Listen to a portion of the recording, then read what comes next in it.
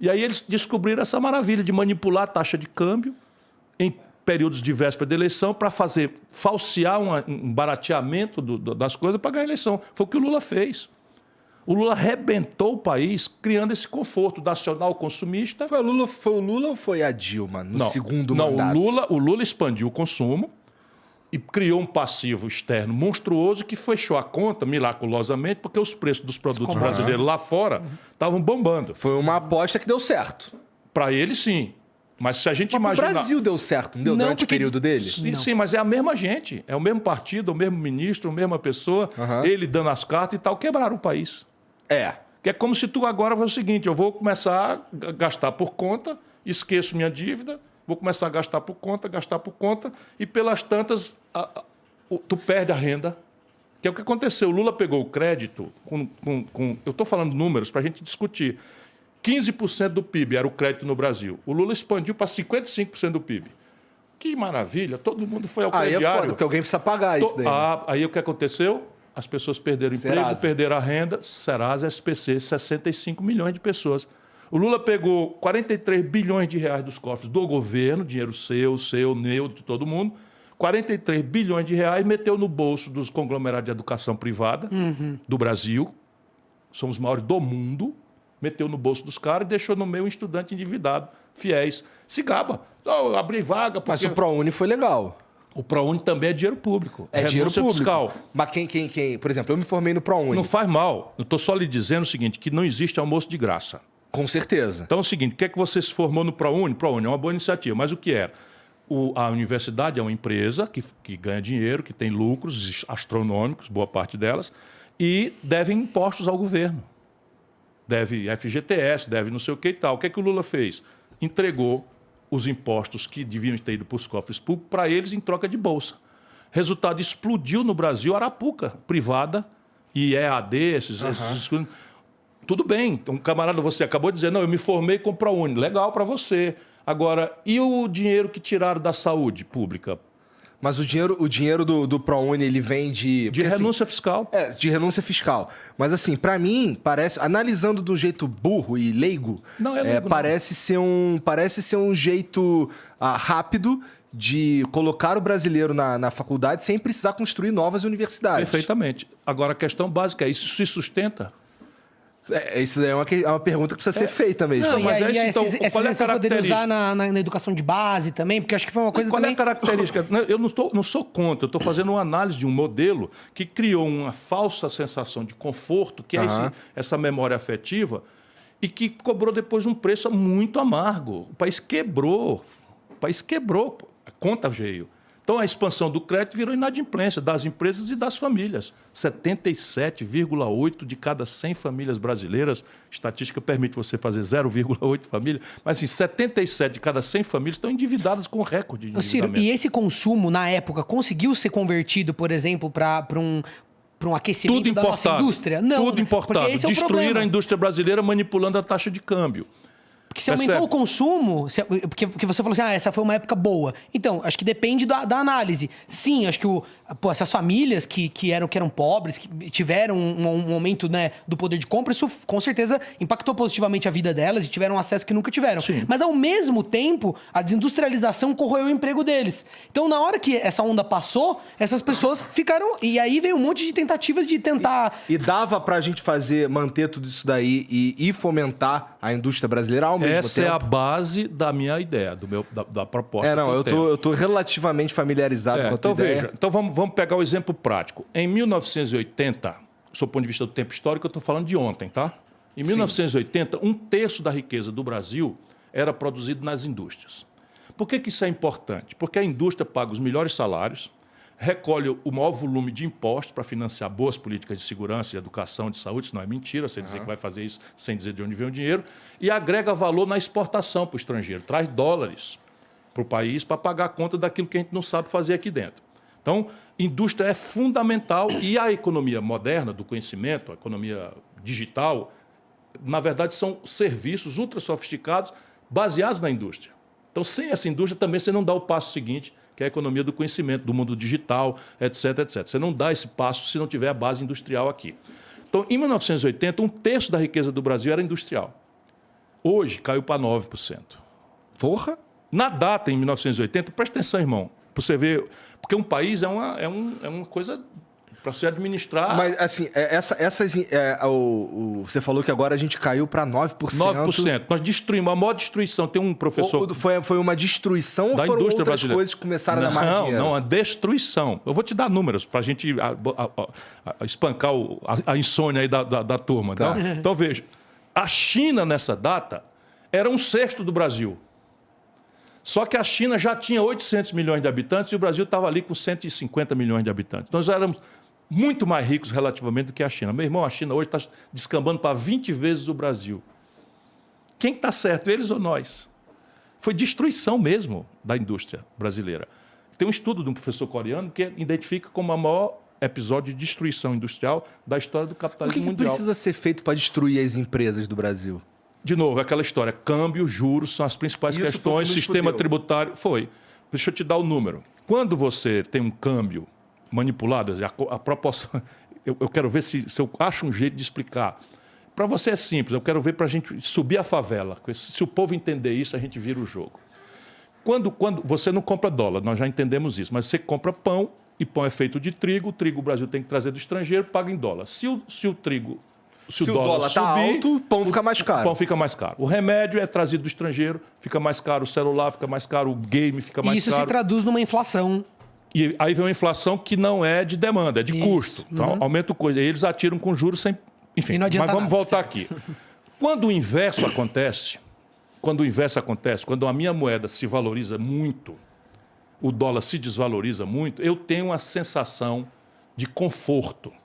Isso pode ser conseguido de duas formas. De uma forma sadia, qual é? Eu tenho um produto industrial poderoso, vendo lá fora, ganho muito dólar. Quando eu ganho muito dólar, a minha moeda se valoriza e eu fico sólido e isso ninguém vai me tomar. Ou eu faço o que eles estão fazendo. Eu boto o juro, de novo. Eu boto o juro lá em cima e aí pego o balanço de pagamento do país e uma montanha de dólar do estrangeiro, que eles chamam de capital motel, só para passar uma noite. No juro brasileiro, que é assim, o mundo lá o juro é negativo, ou seja, se você fosse um americano, você ia tomar dinheiro emprestado no banco e ia pagar 2% de juro ao ano. E no Brasil tu vai ganhar muito mais. Tu paga 50% de juro ao ano se for um credor de primeira linha. Certo? 50%. Mas se tu for no crédito pessoal, tu vai pagar 320% de juros. Isso é tão importante entender o fato de que quando eles aumentam a taxa de juros, com a prerrogativa de que vai vir investimento, vai vir dinheiro. E aí esse dinheiro não vem para abrir nada, não vem para abrir fábrica, nem loja, nem serviço, nem nada. Ele vem para especular no juro brasileiro overnight, ou seja, capital motel. Vem para cá, aplica e vai ganhando juro do Brasil e na hora que tem qualquer soluço, vai embora. E isso é o que explica porque que o Brasil vai e quebra. Tá certo? E o Lula, só para você ter uma ideia, o Lula tomou posse. O desastre desse modelo com o Fernando Henrique já tinha acontecido. A taxa de câmbio, se fosse em dezembro agora, passado, eu fiz o cálculo, mas isso não mudou muito não. Seria hoje R$ 9,20. Só para você ter uma ideia, hoje está R$ 4,80. A valor constante, se o Lula estivesse tomando posse em dezembro agora, a taxa de câmbio estaria R$ 9,20. 8 anos depois, já com a inflação dentro, ele entrega para Dilma 1,75. Ou seja, aloprou, a moeda brasileira se valorizou como nenhuma outra moeda do mundo. Por quê? Porque o Brasil aumentou a exportação, porque isso aqui. Não, juros altíssimos, capital motel aqui dentro. Artificialmente, nossa moeda se valorizou, todo mundo ficou mais barato sair de São Paulo para Miami do que ir para Fortaleza, todo mundo comprando um celular, todo mundo se endividando, não sei o que e tal. Veio a Dilma e quebrou. Mas calma, ao mesmo tempo disso... Que essa é a chave. Ao mesmo tempo disso, acontece um processo por causa da tributação, como ela é feita, e dos juros altos, das empresas e as indústrias irem se desfazendo. Sim, porque o juros está tão alto, vai passando os anos. Se o importado fica mais barato, o seu não compete. Você tem problemas, como ele está falando, o sistema tributário caótico, que é o mesmo. E aí você tem aberrações. Aberrações assim, tipo, no mundo, você tributa mais progressivamente os ricos e menos os pobres. No Brasil é justamente o inverso. Hoje, no Brasil, sem que as pessoas saibam, uma cidadã diarista que está saindo da favela para cumprir uma jornada de trabalho aí, informal, sem carteira assinada, usa o celular, 40% da conta dela é imposto.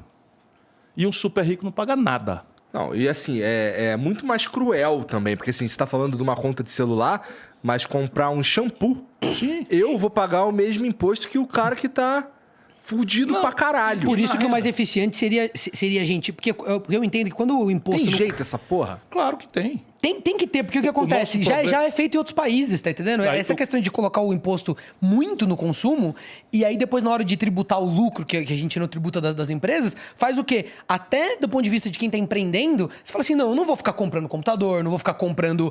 Eu não vou enriquecer o serviço que eu presto. Eu vou querer tirar tudo limpo, o máximo possível, sucateando o serviço, fazendo o mínimo. Porque daí eu tiro tudo limpo, e aí nisso não incide o imposto... Né? No lucro e eu vou embora com o meu dinheiro. Bom, é que assim, eu entendo esse pensamento.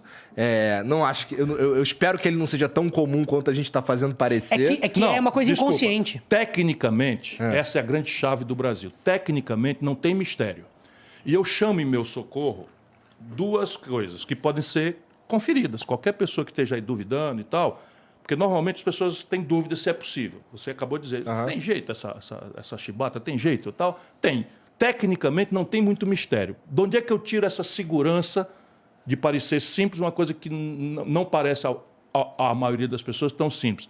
De duas coisas, a literatura, né? E as melhores práticas internacionais. Então, ao invés de eu inventar a roda... Mas e vontade política, aí Cirão? vem o problema. O nosso problema é a política. De novo, o modelo de governança política. Com certeza, mas isso daí, assim, a gente não... É um problema que a gente não... Caralho, eu não acho que a gente vai mudar essa porra. Vamos dizer, vamos dizer que você ganha a eleição agora. Pronto. Não muda. Qual é a proposta? Muda. Não muda. Quer ver? Vou te dizer não muda como. porque tu vai ter que enfrentar tanta gente lá, Não cara. tem problema. Deixa eu te dizer... A única coisa, eu acho que se o Ciro for eleito, como ele fica falando disso o tempo todo, no mínimo vai ter uma massa de pessoas, uma certa representatividade na sociedade. É o que eu tento acreditar. Porque esse é o pensamento.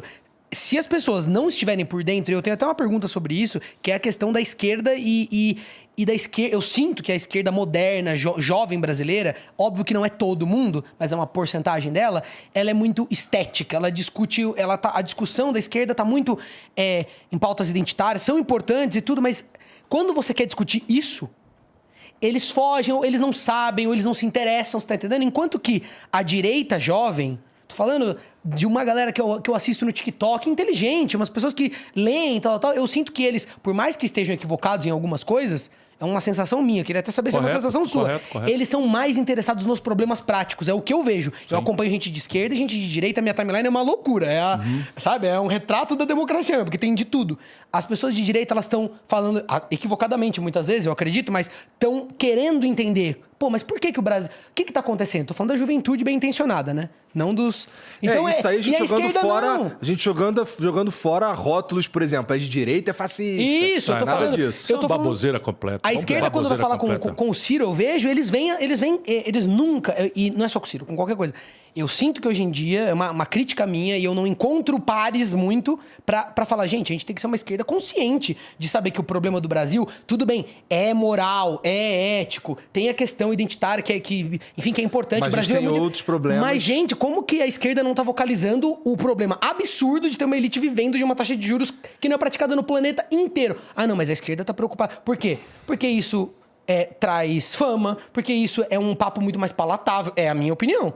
Eu acho que isso atrai muito mais o público. Você tem lá uma base de jovens, você vai ficar explicando taxa de juros para o seu público? Não, você vai falar do que o público jovem vê nos filmes, vê representado, sabe, na cultura. Mas isso, Rolandinho, nós não devemos sofrer mais do que já estamos. Embora eu queira voltar na ideia de que é possível, tá certo? Mudar, e eu tenho uma proposta objetiva, como todas as minhas, para ser criticada, julgada, mas, enfim. Mas isso é um fenômeno que acontece internacional. Quando morre o marxismo-leninismo como prática revolucionária, extingue-se a União Soviética, cai o Muro de Berlim, não é? Você tem uma desmoralização daquele manual do revolucionário, que bastava você aprender ali 4 slogans e você tinha uma segurança religiosa. Eu sou dessa geração. Eu era crítico, mas para ser crítico eu tinha que estudar. Eu tinha que ler Karl Marx, eu tinha que entender aquela porra difícil pra cacete, que é um livro difícil de entender, e perguntar aos professores, para ser crítico. Porque era uma geração que era induzida aprofundar se tivesse interesse no apetite da militância. Hoje os caras não concordam, não lê e foda-se. E foda-se, e acabou, e pronto. Não tem gente que diz que a Terra é plana e acabou. Pronto. Esses são os tempos. Mas é o terraplanismo. Mas eu só quero dizer o seguinte, então no mundo o que acontece? Cai isso e simultaneamente emerge no Oriente um produto industrial altamente tecnológico, também que era monopólio do Ocidente, do Atlântico Norte, Estados Unidos e Europa Ocidental. Só que esse produto europeu vinha onerado, porque ali era o teatro da Guerra Fria. Ali é que as ogivas nucleares estavam apontadas. Então está aí essa porcaria acontecendo de novo, que a Europa não aprende nunca. Estava ali. Então eles desenvolveram uma espécie de sincretismo entre o socialismo e o liberalismo, o capitalismo, que é a social-democracia, o welfare state. Para que esse welfare, o estado de bem-estar social, oferecesse equidade, que era o grande apelo ideal do socialismo, era, conciliando com a iniciativa privada, era preciso financiar isso. E esse financiamento ficou muito caro.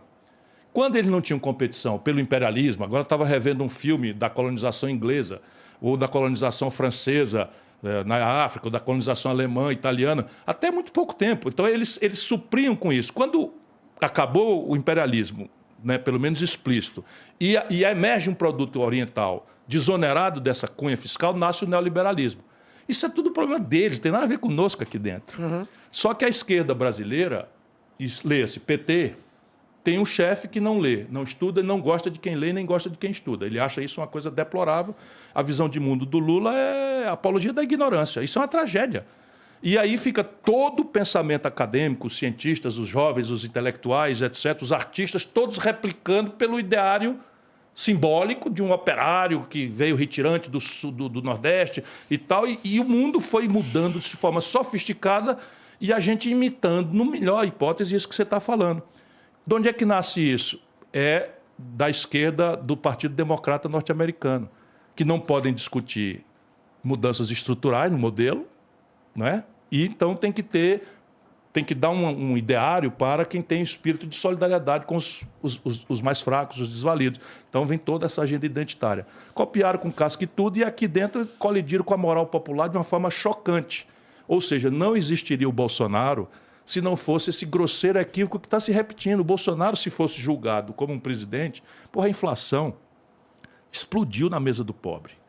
Você não tem ideia, um quilo de carne de segunda está chegando perto de R$50. Ou se eu tenho ideia. Tem ideia, pô. Pois é, percebe? A população, 38 de cada 100 trabalhadores brasileiros estão ganhando menos do que o salário mínimo. E o salário mínimo brasileiro só perde em valor de compra para o da Venezuela.